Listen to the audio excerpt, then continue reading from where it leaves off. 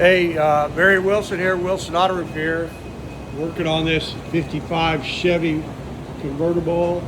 I think we've shown this before. We actually took the body off the old frame, which is here, actually working as a box rack right now.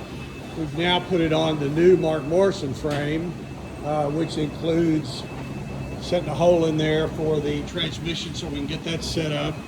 And we have the LS3 motor in it, and we put the front clip on temporarily.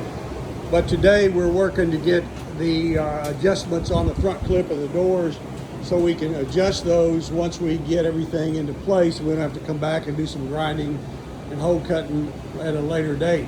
Today we found out that the floors are in pretty rough shape. They've already had lots of work and have really not, and the work wasn't done very well, so we're going to look into replacing the floors on it.